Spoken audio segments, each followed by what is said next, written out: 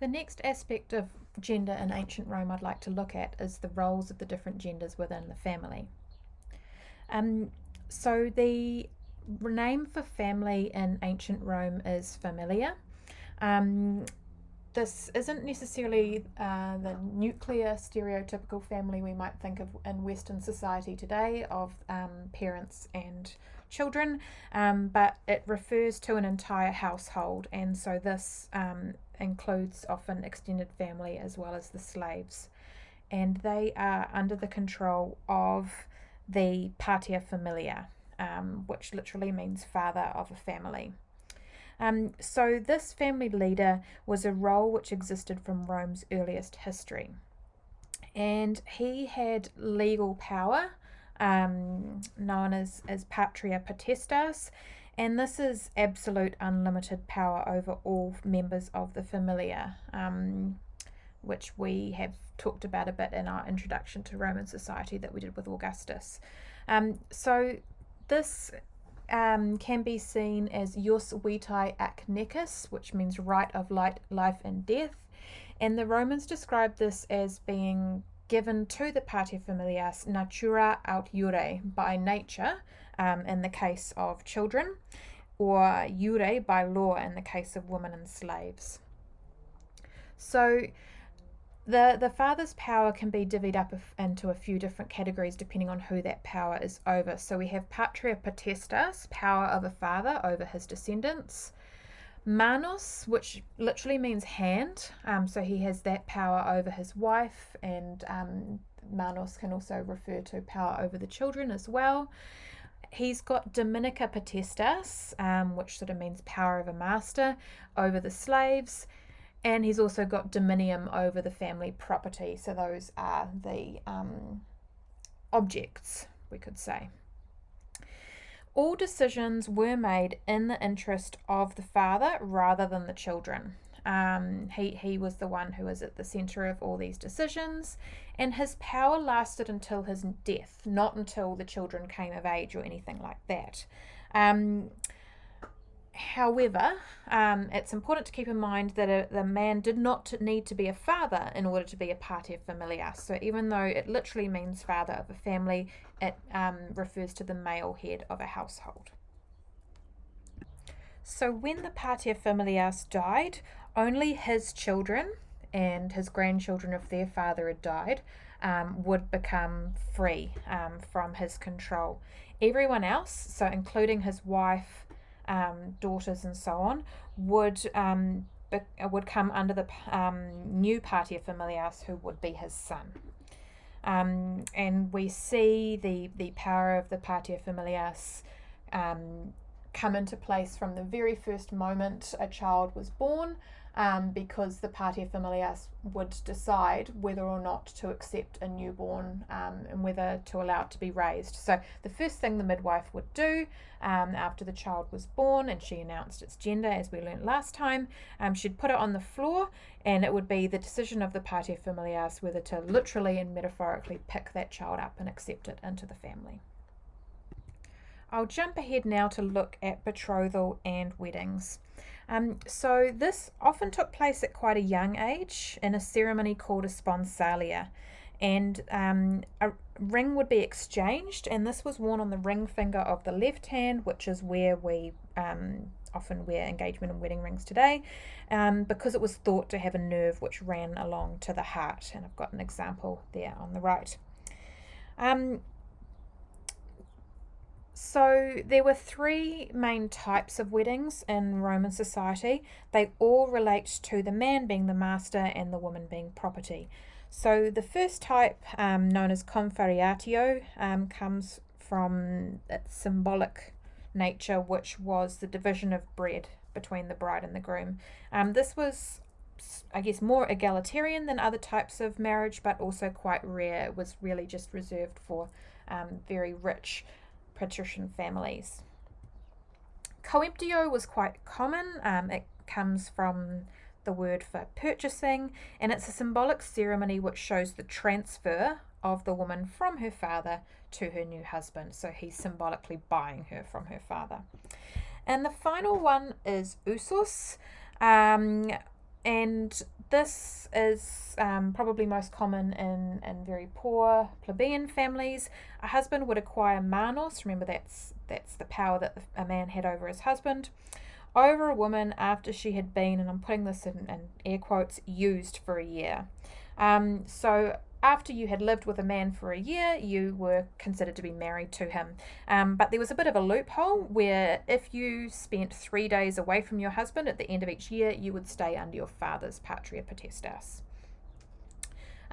So as we can see, in all of these types of marriage, the man is seen as the master and the woman as his property. So a lot of the time,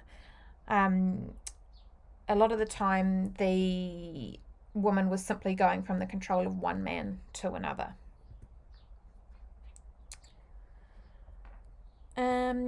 So in terms of what marriage was like in ancient Rome, I've got a nice quote here from Aulus Gellius saying, "If we could live without a wife, we would be free of all troubles. But since nature has ordained that we can neither live very comfortably with them, nor live at all without them, so at times marriage can be seen in quite a negative view as a necessary evil. It's needed in order to provide a legitimate heir. You need to marry a woman, to have sex with her, to have a child who can carry on your family line and inherit your property." As we looked at earlier, in marriage, women generally went from the patria potestas of their father to the manus of their new husband. This did change later in Roman history, where a woman tended to stay within the power of her father. But at all times, she's under the control of a man.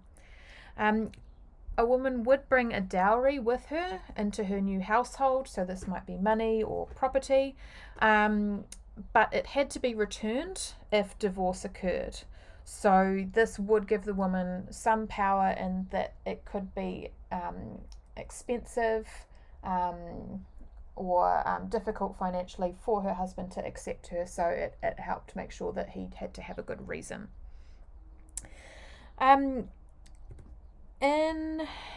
Especially in upper class patrician families, and as we'll see with poor old Julia, Augustus's daughter, marriages were often arranged for political purposes, and so daughters would be useful in that you could make connections with other important families.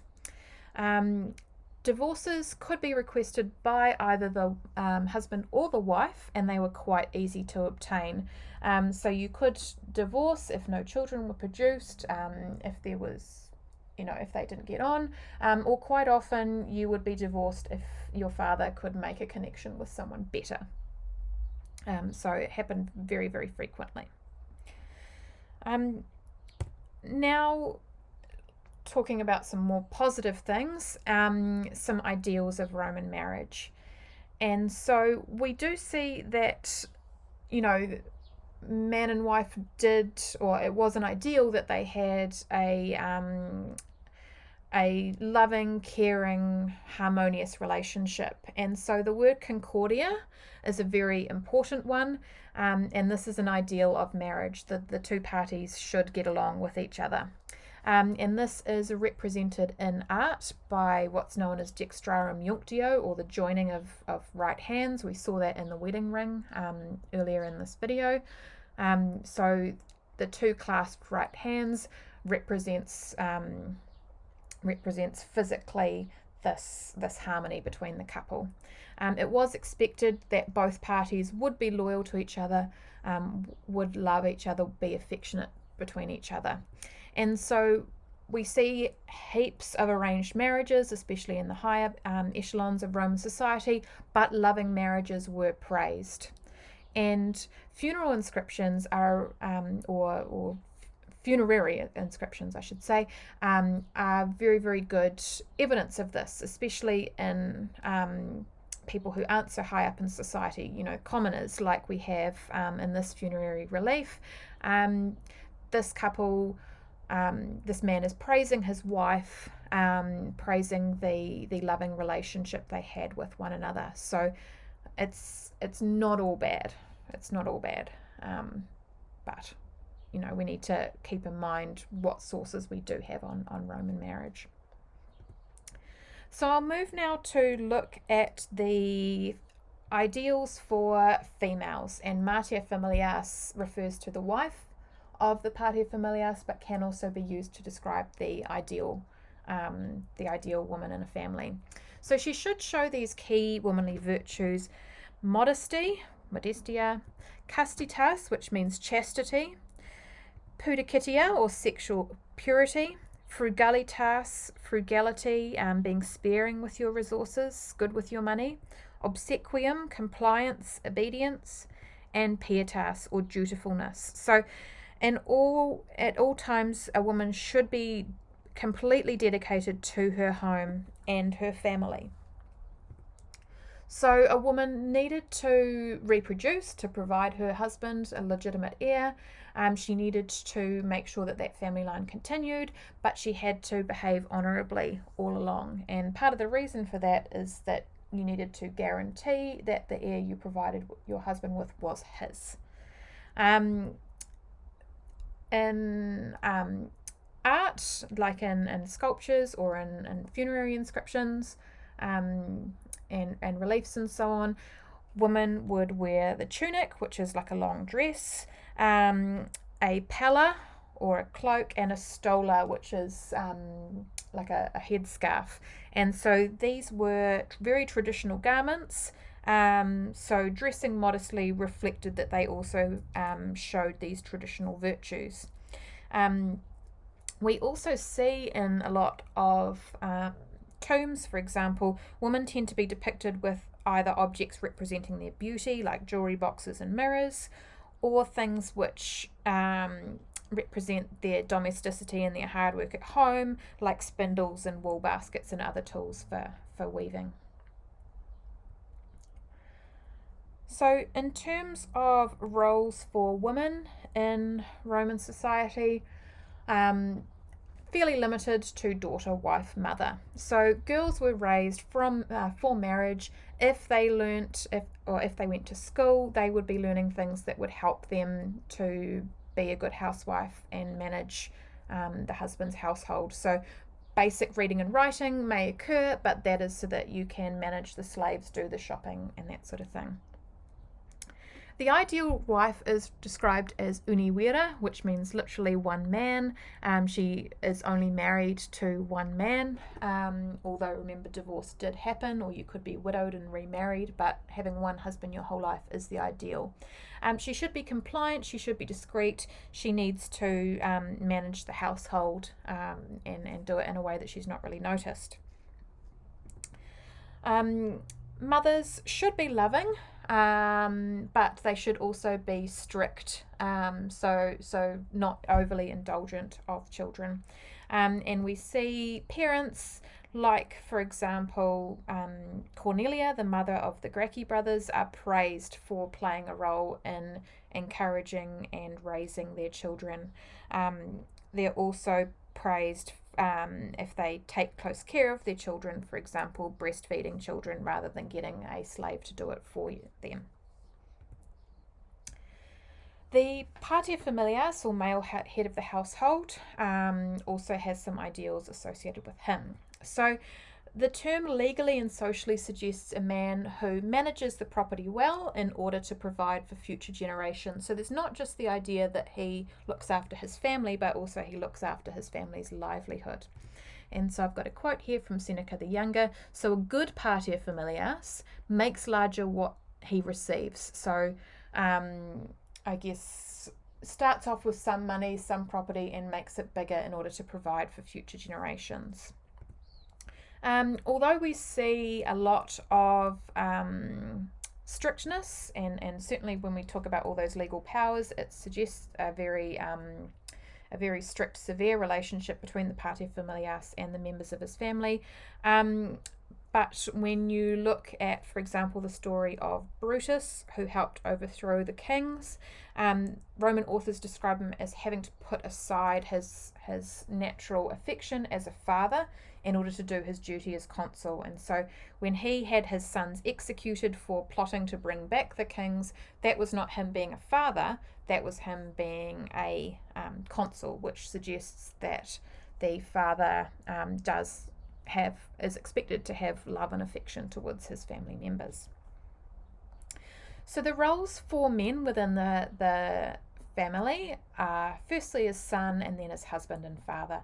So just like girls, boys' education prepared them for their role in the public sphere, but this would be more than just being inside the household. So in the lower classes, this would be working in the family business, picking up a trade, that kind of thing.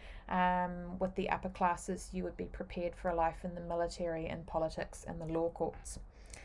And so key things the father had to do within the family, number one is produce a legitimate heir. So he was allowed to have relationships with women outside or men outside his family, but he was expected to produce an heir with his wife. And as we see, he also has to protect his familia and provide for them financially. And because children continued the paternal line, in the event of divorce, they would go with the father into his new relationship if he had one. So that is a basic overview of the different gender roles within a Roman family, and we'll expand on them with some primary sources and tutorials.